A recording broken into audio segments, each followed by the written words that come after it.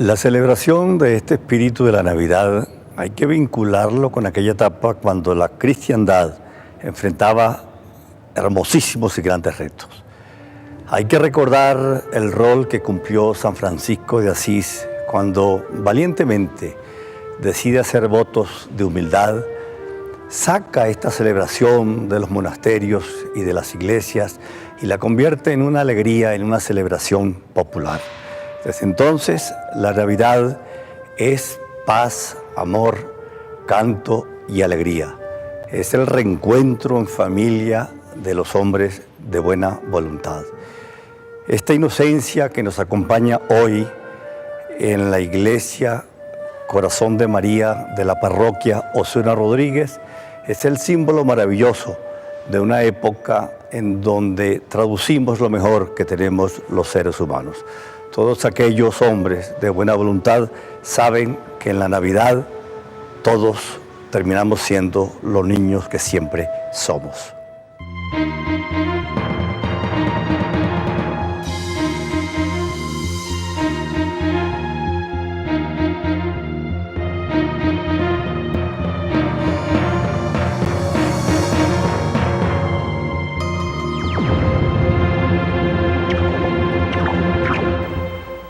Bienvenidos, amigas y amigos, con ustedes en una escena más de La Mirada Plural.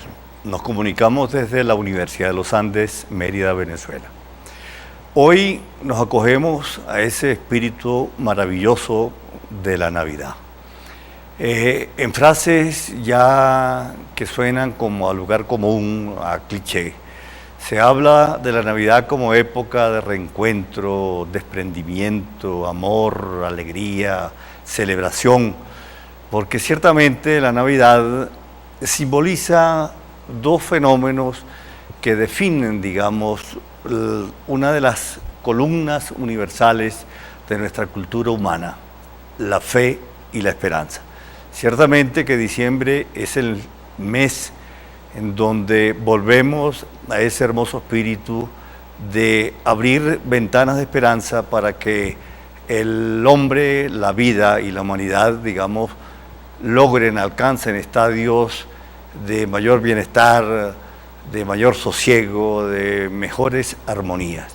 Esta noche pues vamos a estar aquí conversando en torno a este hermoso fenómeno de la Navidad. Vamos a tener canciones, vamos a llevar algunos videos hermosísimos que forman parte de la tradición de la música vinculada con la celebración de la Navidad, y vamos a tener en estudio para conversar sobre estos tópicos vinculados con el tema al maestro y profesor Gerardo Arrietty, exdirector del Orfeón Universitario de la Universidad de los Andes. Esto es una agrupación de voces, de armonía, que ha sabido ganarse el reconocimiento no solamente en Venezuela, sino a nivel mundial. De modo que vamos entonces con la bienvenida al profesor Gerardo Arrietty. Buenas noches, Ramón, ¿cómo estás? Encantado de estar acá en este programa tan visto, no solamente en la audiencia merideña, ¿no? Ahora, sino también fuera de la ¿cómo frontera no? Pues del país. tenemos en este momento el privilegio de que nos están viendo en otras latitudes, ¿no? De modo que lo invito a que ese discurso, digamos, rompa frontera.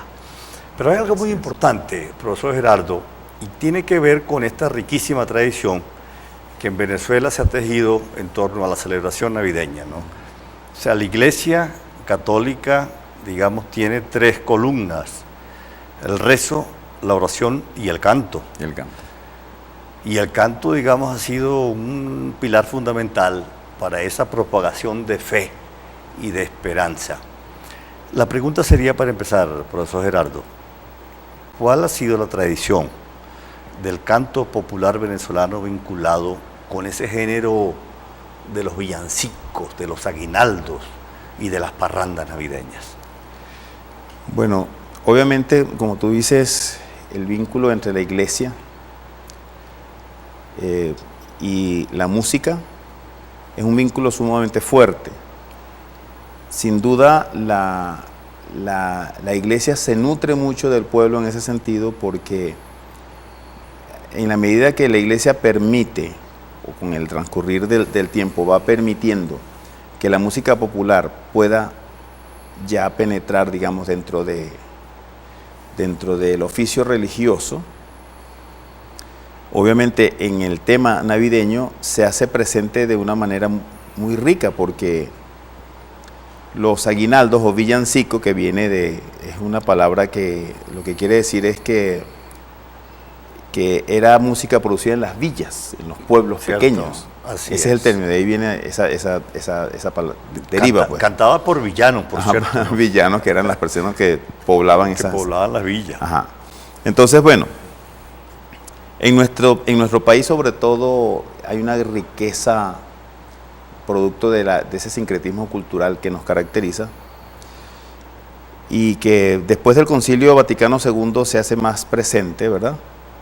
A partir del papado de Pablo VI, que es cuando cambia, ¿verdad? Algunos preceptos. Juan XXIII y Pablo VI, digamos. Sí, exacto, fue allí. Pero ya cuando Pablo VI ya es papa, ¿verdad? Cuando ya se había producido algunas cosas en ese concilio, algunas nuevas normas, y entre ellas está que la misa se podía hacer en el idioma autóctono, en el idioma vernáculo de las regiones o de los países, ¿no? Desaparece el latín. Desaparece el latín como, digamos, el idioma oficial para la misa.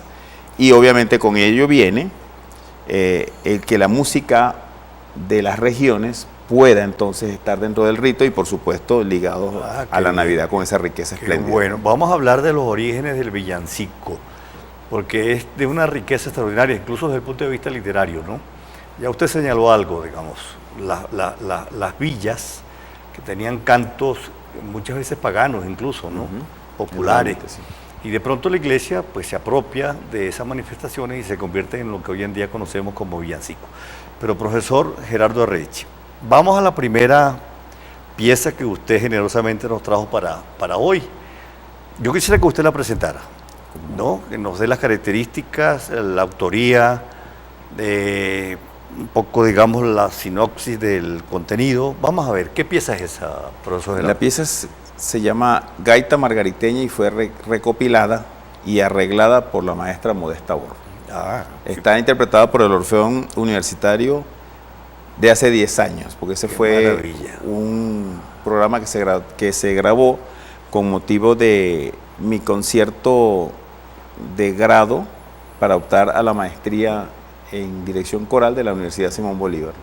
Qué bueno. Eso ocurrió en el aula magna hace exactamente unos 10 años. Entonces vamos a disfrutar de esta hermosísima pieza, por favor.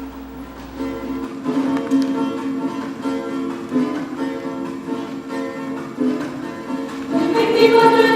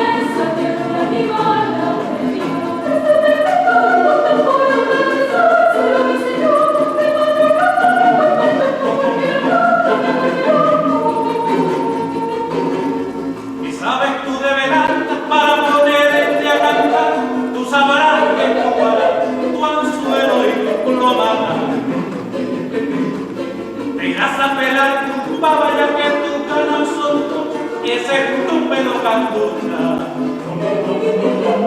ese es tu bombocín, ese es tu rumba gallina, arráncate con esa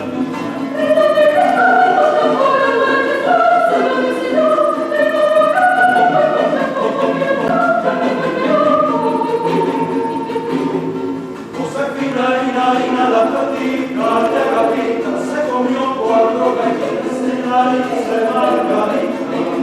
Y le dio una cagatina 4 veces en sucio y un con un saco de confisa lo traía muerto de la risa.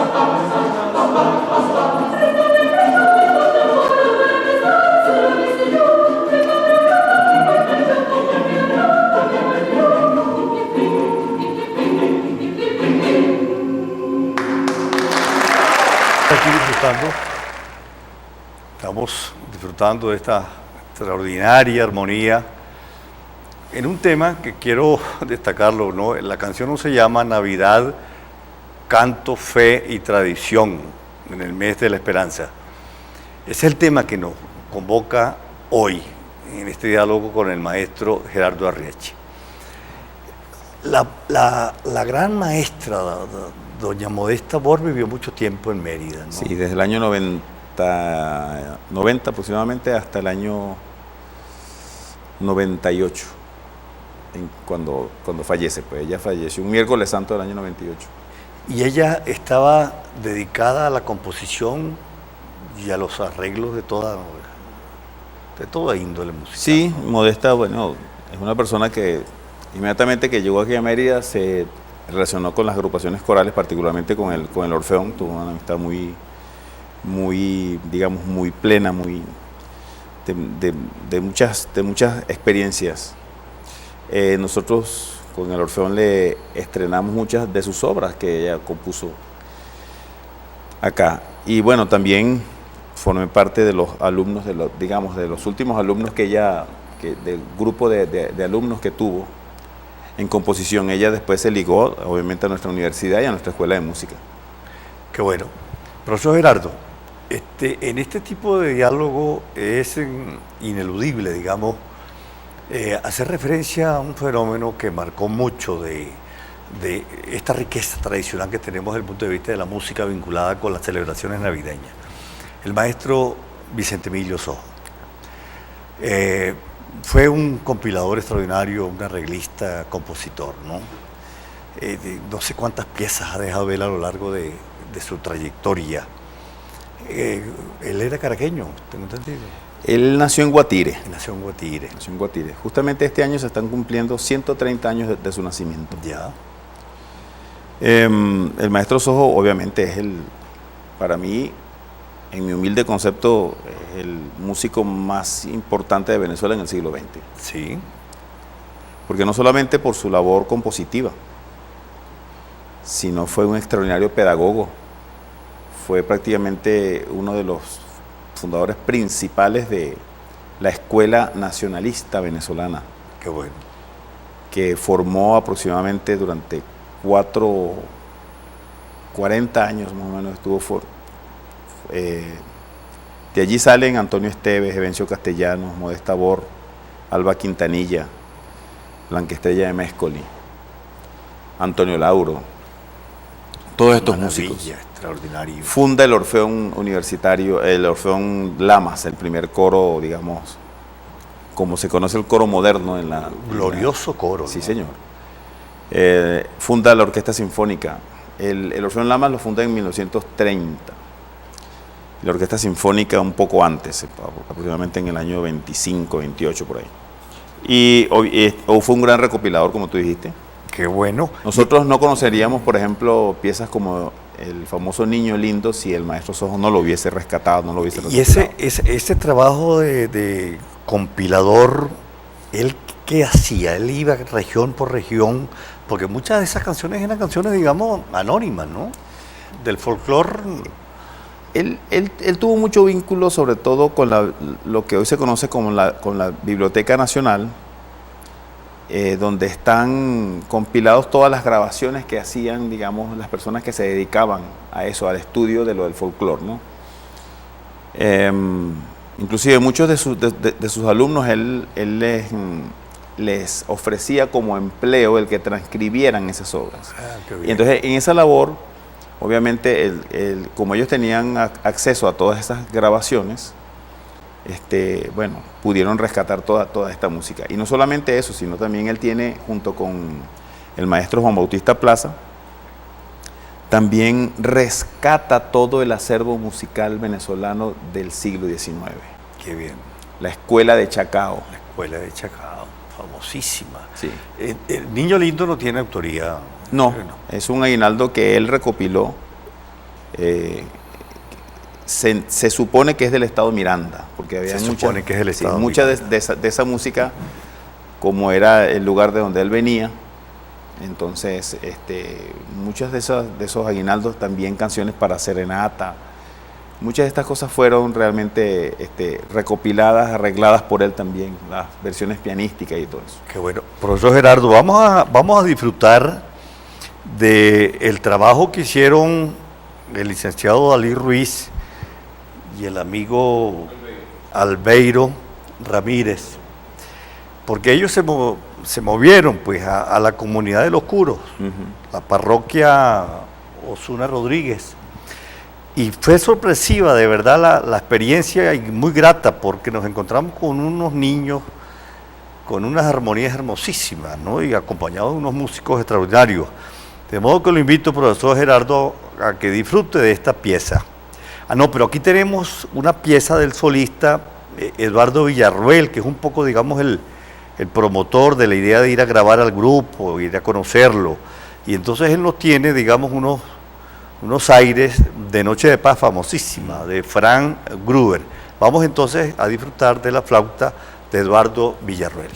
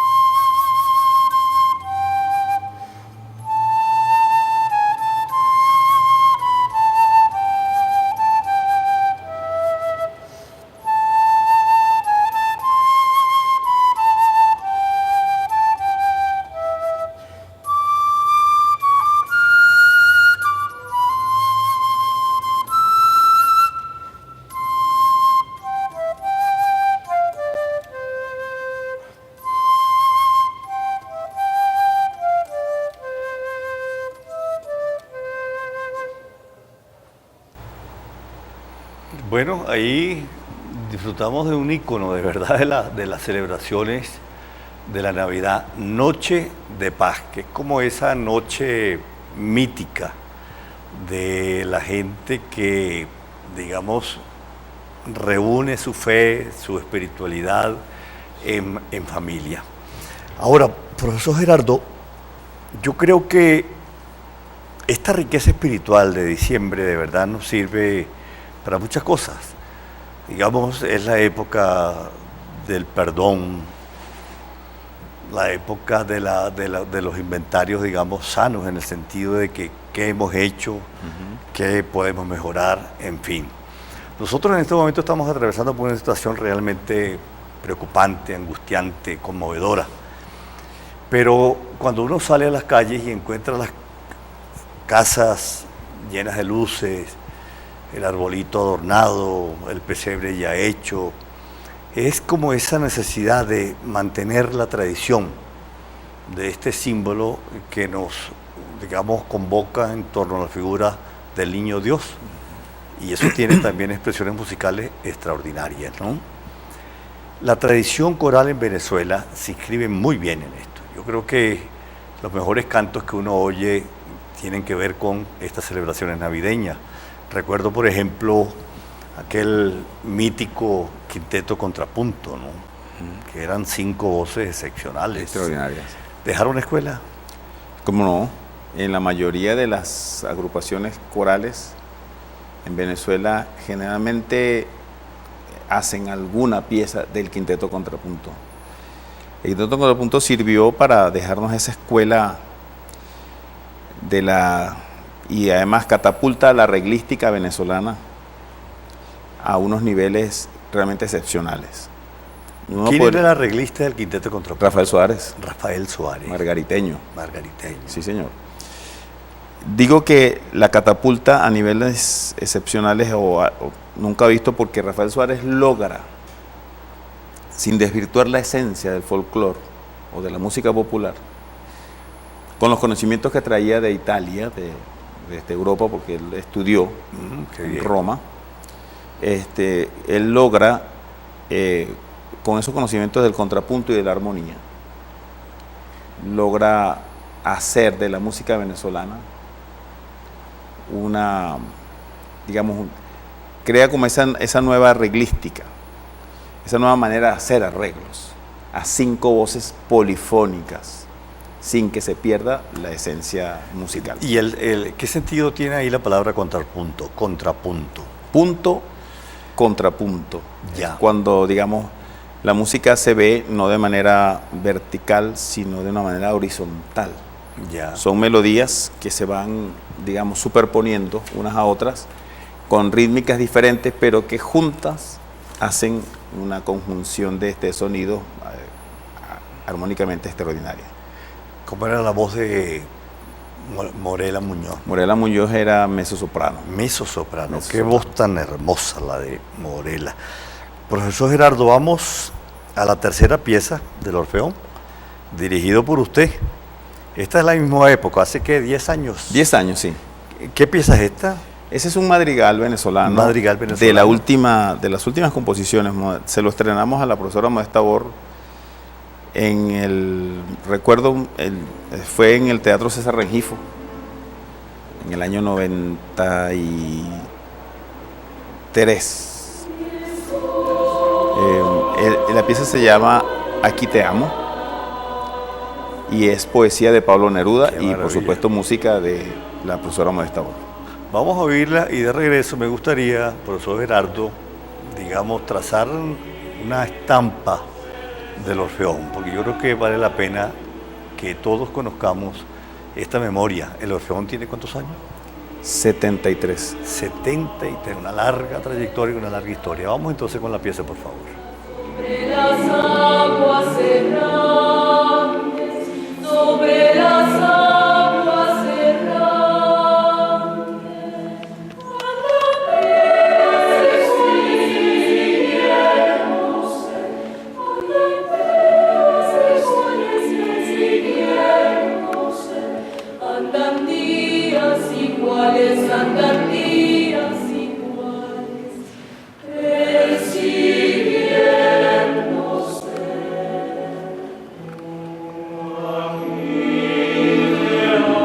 Se desciñe la niebla en danzantes figuras, en danzantes figuras.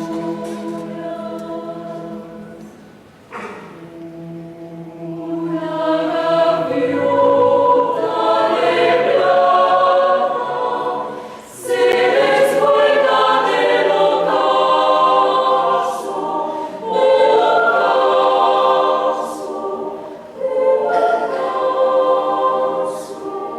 se descuelga del ocaso, se descuelga del ocaso.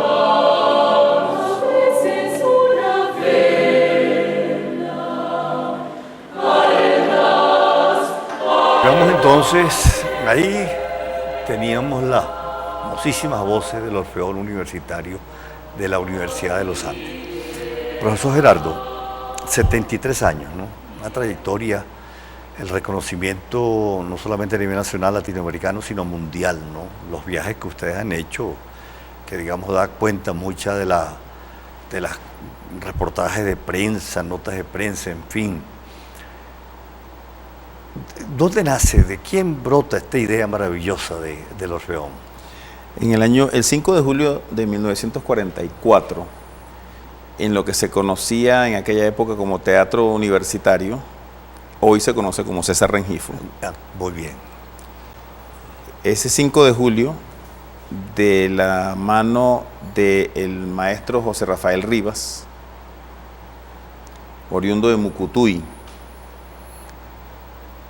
y después con el paso del tiempo se radicó acá en Mérida, se canta por primera vez el Orfeón Mérida, que se llamaba así en esa época, el Orfeón Mérida, integrado fundamentalmente por personas ligadas a la universidad. Luego en el año 47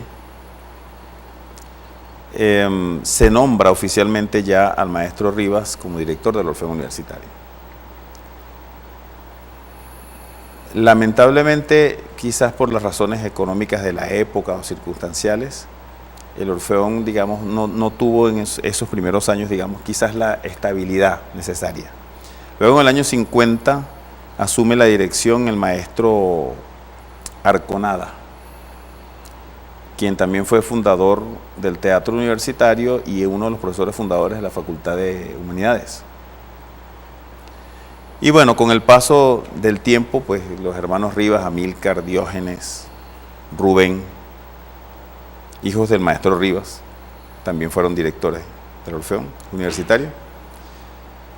Y así, bueno, hasta la fecha de hoy, que él está dirigiendo recientemente, hace un mes, entregué la dirección del Orfeón. Hace un mes. 30 y pico de años. Sí, casi 32. Ahora va a estar bajo la dirección de un joven muy prometedor, digamos, muy aventajado en la música coral, egresado de nuestra escuela, de nuestra Facultad de Arte, de nuestra Escuela de Música y de la Cátedra de Dirección Coral, el profesor Armando Nones. Qué bueno, ya tendremos la oportunidad de conocerlo y tenerlo aquí en el programa. Profesor, vamos a otra pieza más, pero de regreso de la pieza a mí me gustaría conocer de su propia voz esa experiencia también extraordinaria, ¿no? El Orfeón Universitario de la Universidad Central de Venezuela, que se convirtió en un mito, digamos, luego de la lamentable tragedia que vivimos todos los venezolanos. Eso fue en 1976, el 3 de septiembre. Sí. Vamos entonces con la cuarta pieza de hoy. Tenemos el ensamble musical Simón Bolívar, El Cardenalito, de Adelis Freites. Al final daremos cuenta de los créditos que le corresponden a cada quien. Vamos entonces con la pieza. Thank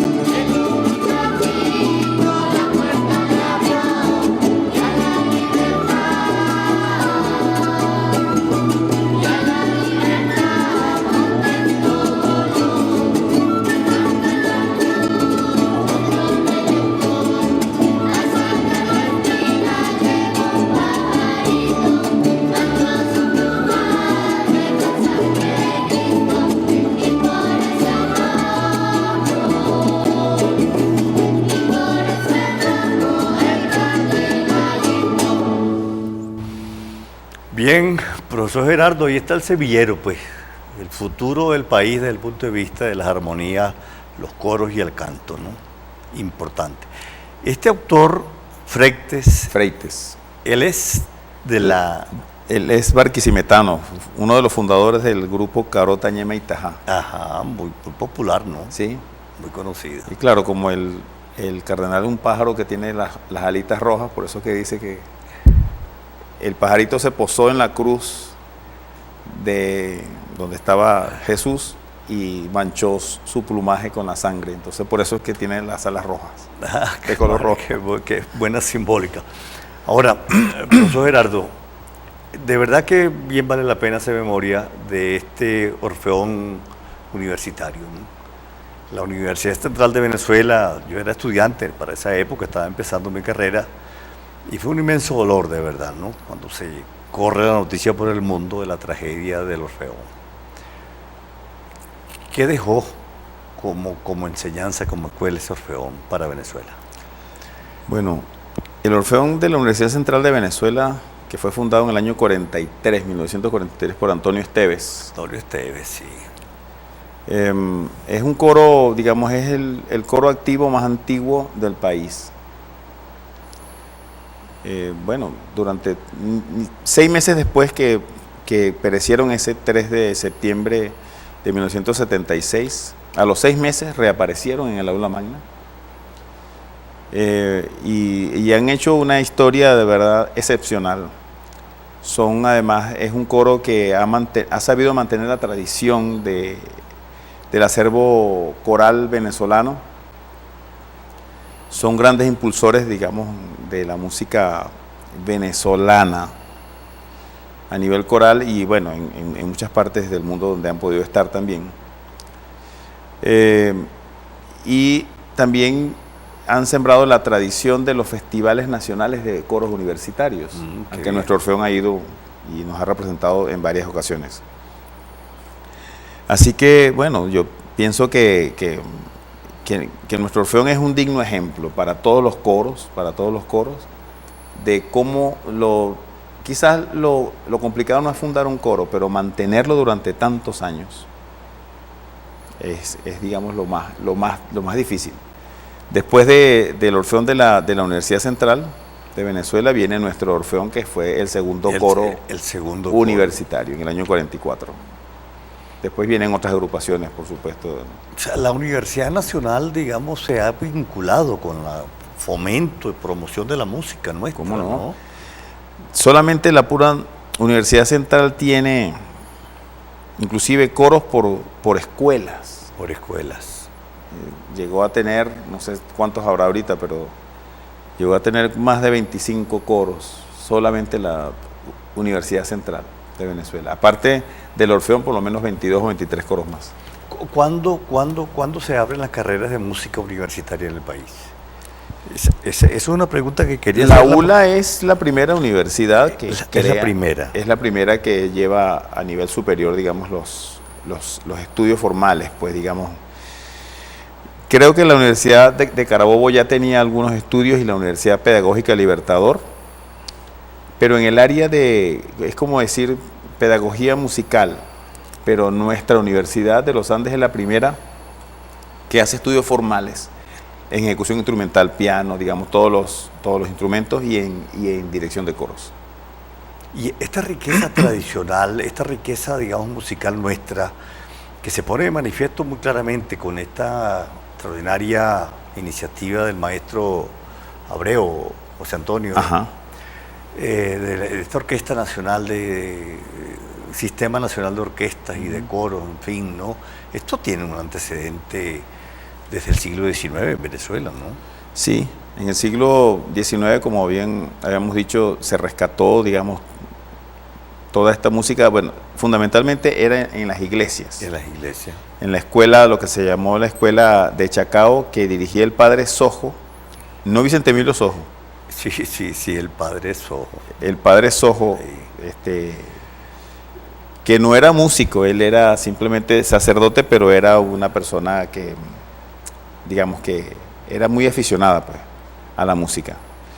Y logró crear sea, estos estudios de música en nuestro país, que bueno, obviamente se van trasladando desde el siglo XIX a lo que es hoy el siglo XX, como el siglo XXI, con esta obra extraordinaria que ha hecho el maestro Abreu, Qué bueno. de llevar la música a todas las barriadas, a todos los sitios. Hay núcleos en todo el país, En todo el país. todas las capitales, en las principales ciudades de cada estado del país. Experiencia única casi en el mundo, ¿no? Sí, sí. Qué bueno. Profesor, lo invito entonces a la siguiente pieza del ensamble musical Simón Bolívar. Esta vez vamos a oír Prendan la parranda de la autoría de Antonio José Vázquez. Vamos entonces a disfrutar.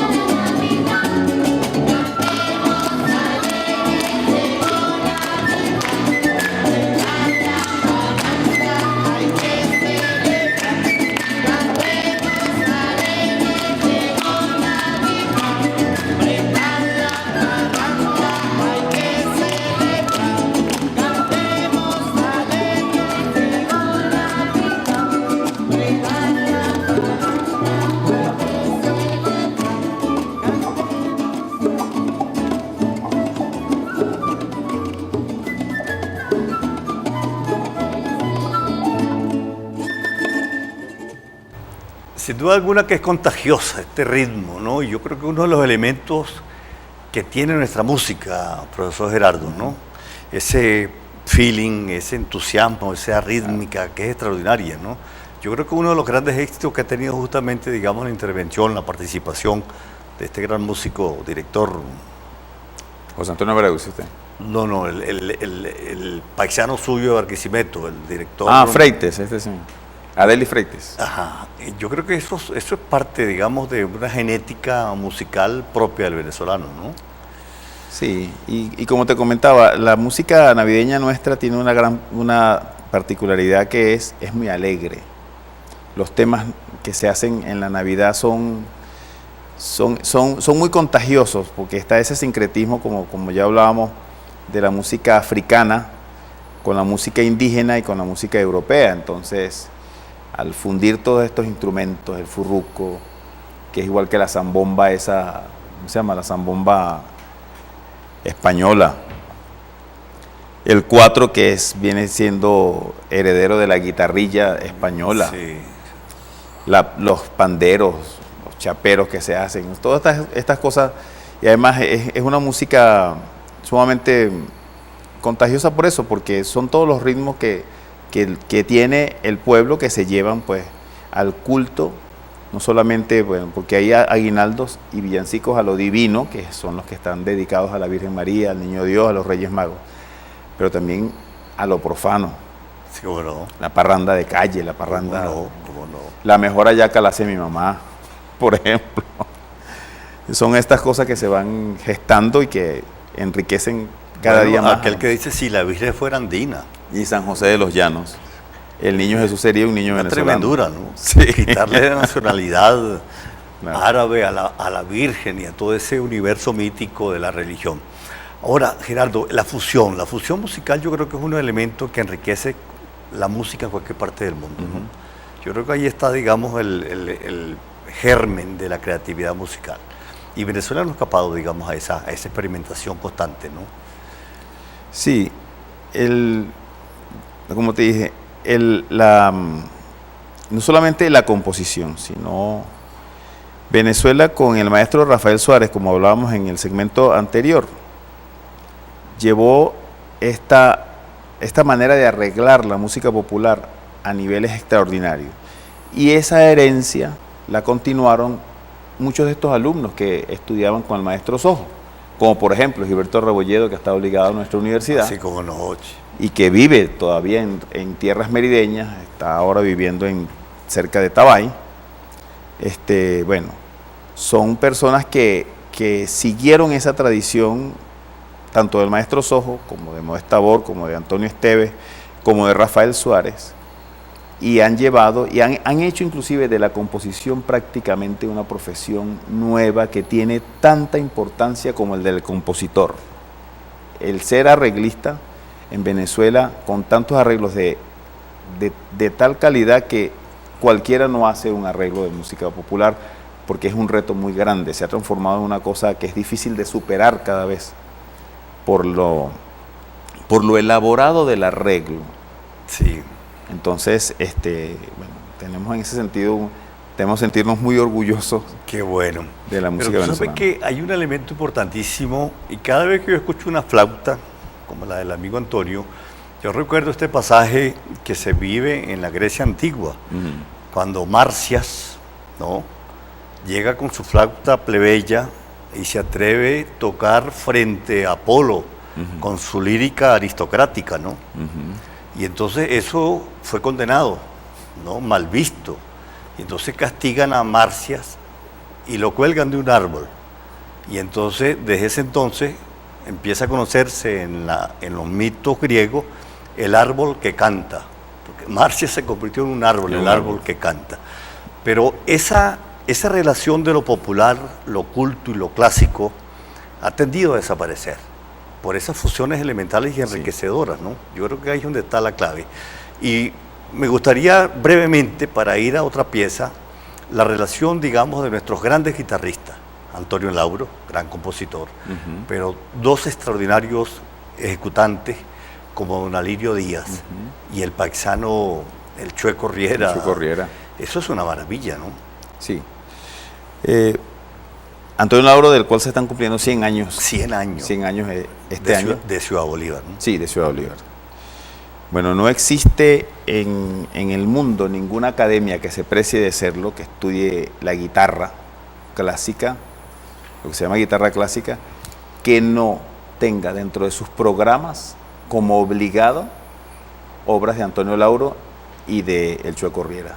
Qué bien. Para ponerlo como un ejemplo, la música venezolana está inscrita en el repertorio mundial, por lo menos de la guitarra, con músicos como Alirio Díaz, como Antonio Lauro. Antonio Lauro, ¿no?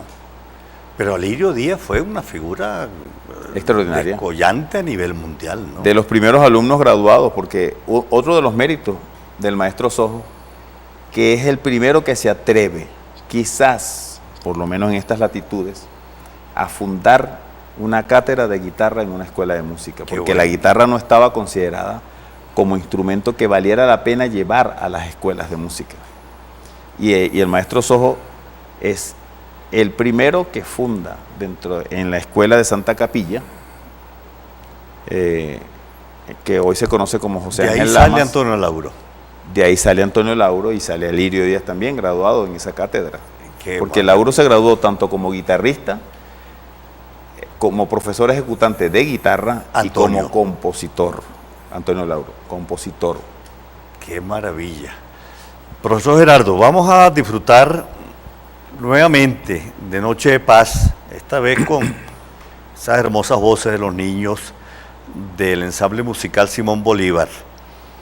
Bueno, Noche de Paz, autor Frank Gruber, vamos a disfrutarla para tratar de llevar nuestro espíritu a esa noche de paz que tanto necesitamos.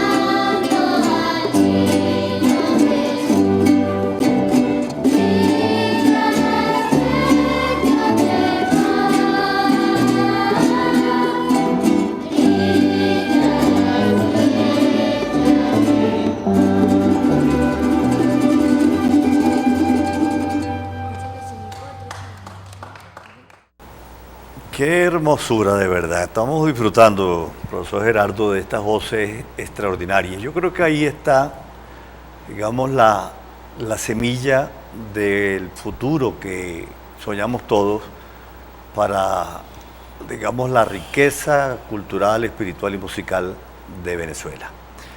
Profesor Gerardo, ya estamos finalizando. Me gustaría, digamos, valerme de su experiencia como músico, como director de coro, para vislumbrar el futuro que le queda a la música en el país. ¿Qué vamos a esperar nosotros de Venezuela desde el punto de vista musical? Bueno, Venezuela es realmente uno de los principales países en el mundo hoy día en el desarrollo de la música, a todos los niveles. Aquí ha habido un franco, digamos, apoyo a nivel gubernamental desde, digamos, desde la época del primer gobierno de Carlos Andrés Pérez, por ejemplo, cuando fue ministro el maestro José Antonio Abreu, Sí. y que es cuando se funda este movimiento que ya tiene más de 40 años, si no me equivoco debe estar cerca de los 45 años, que digamos es el gran puntal, digamos lo que se muestra al mundo como un sistema en que en cada estado del país y en cada ciudad, de las ciudades principales de cada estado y en cada de los municipios más grandes, de los 30 y no sé, 300 y algo que tiene Venezuela, hay un núcleo de la orquesta sinfónica.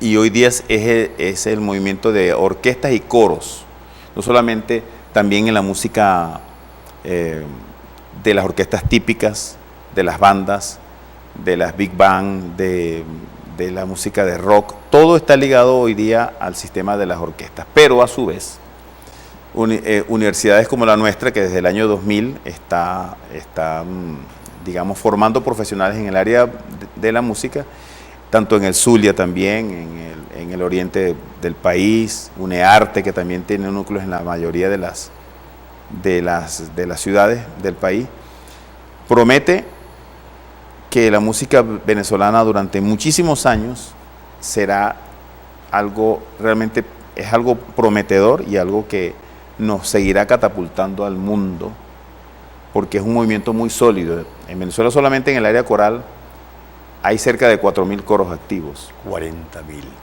4.000 coros activos. Y es una cifra, si la comparamos con otros países, más o menos de las mismas dimensiones poblacionales de nuestro país, es un número muy importante de coros. El papel de los conservatorios fue muy importante, ¿no? Sí, claro. Los conservatorios antes de nuestras universidades eran los que realmente formaban Formaban realmente a los músicos, y de allí salieron todos estos grandes músicos. Por ejemplo, Antonio Esteves es un compositor de talla mundial, igual que Modesta Bor. Qué bueno. Y todos fueron formados acá, principalmente acá, en Venezuela. ¿Y el Modesto 4 qué papel cumple en esto? Porque hoy en día es una estrella el 4, ¿no? Sí, hoy día se están componiendo obras para orquesta sinfónica y cuatro Qué solistas. maravilla, ¿no? Sí, el grupo C4 Trío, por ejemplo, es un modelo que Virtuosismo llevan deslumbrante. Sí, o sea, y el maestro Cheo Hurtado, por Cheo ejemplo, Hurtado, que es el que ha desarrollado ese movimiento que se llama la siembra del 4. la siembra del 4. Si antes, cuando uno estábamos jóvenes, que uno decía, yo no puedo decir que soy cuatrista porque hay muchos cuatristas. Hoy día es peor la cosa porque... Pero tú tocas muy bien, yo Sí, claro. Yo he sido un buen ejecutante de este instrumento, pero nunca los niveles que hay ahora. Los niveles que hay ahora que alcanza cualquier joven, inclusive en nuestra universidad se va a graduar pronto, un joven llamado Daniel Molina, Ya, que va a ser el primer cuatrista egresado de nuestra universidad. qué bueno. Qué bien. Ahora, para finalizar, Gerardo, la música, como suele decirse por ahí en términos muy coloquiales, se lleva en la sangre. Es decir, para ser músico se requiere de tener, digamos, certificados, antecedentes. Por ejemplo, entiendo que usted viene de familia de músicos. Sí. ¿Eso es una constante, digamos, en quienes logran niveles sobresalientes en la música? Yo pienso que la genética tiene mucho que ver. Tiene mucho que ver. Por ejemplo, guardando las distancias en el ejemplo que voy a hacer, Juan Sebastián Bach venía de varias generaciones De varias generaciones. de músicos casados, hombres y mujeres músicos, o que tenían alguna formación musical, y nació ese genio impresionante como fue Bach. En mi caso, muy humildemente, porque en ningún momento me puedo pretender comparar con una figura tan gigantesca como Juan Sebastián Bach. En mi familia sí, mi familia, la mayoría de mis tíos, sobre todo por parte de padre, fueron músicos, o han sido músicos casi todos. Entonces, claro, músicos, digamos, más hacia la escuela, digamos, tradicional popular. Pues. Yo he sido uno de los pocos que me he formado ya académicamente. Académicamente, qué bueno. Bueno. Profesor, un placer de verdad. Igualmente. Espero que el espíritu de la Navidad lo acompañe a partir de ese momento hasta que lleguemos a enero. Igualmente para usted, ¿no? feliz año Yo para creo que todos. vale la pena porque este es el momento de rescatar esos valores que a veces de pronto sufren por ahí ciertas menguas, pero hay que mantenerlos. Yo quisiera ya finalmente, digamos, agradecer la participación de todos quienes hicieron posible que esta conversación y esta disfrute con la música nuestra navideña se haya llevado a cabo. En la producción, nuestro amigo Luis Ruiz, en la cámara, nuestro queridísimo Albeiro Ramírez, en la asistencia de producción el doctor Eduardo Villarruel, el de la Villarreal, de la flauta, y obviamente los agradecimientos para el director de música, Antonio José Vázquez, en la coordinación del Núcleo de los Curos, profesor Darlin Rosales, y el padre de la parroquia Corazón de María, José Antonio Santana, y por supuesto el grupo extraordinario Ensamble Musical Simón Bolívar. Estas son las cosas que hay que mostrar para que nuestra fe tenga asideros ciertos y se sepa proyectarse, digamos, al futuro que esperamos todos los venezolanos. Muchas gracias y feliz Navidad.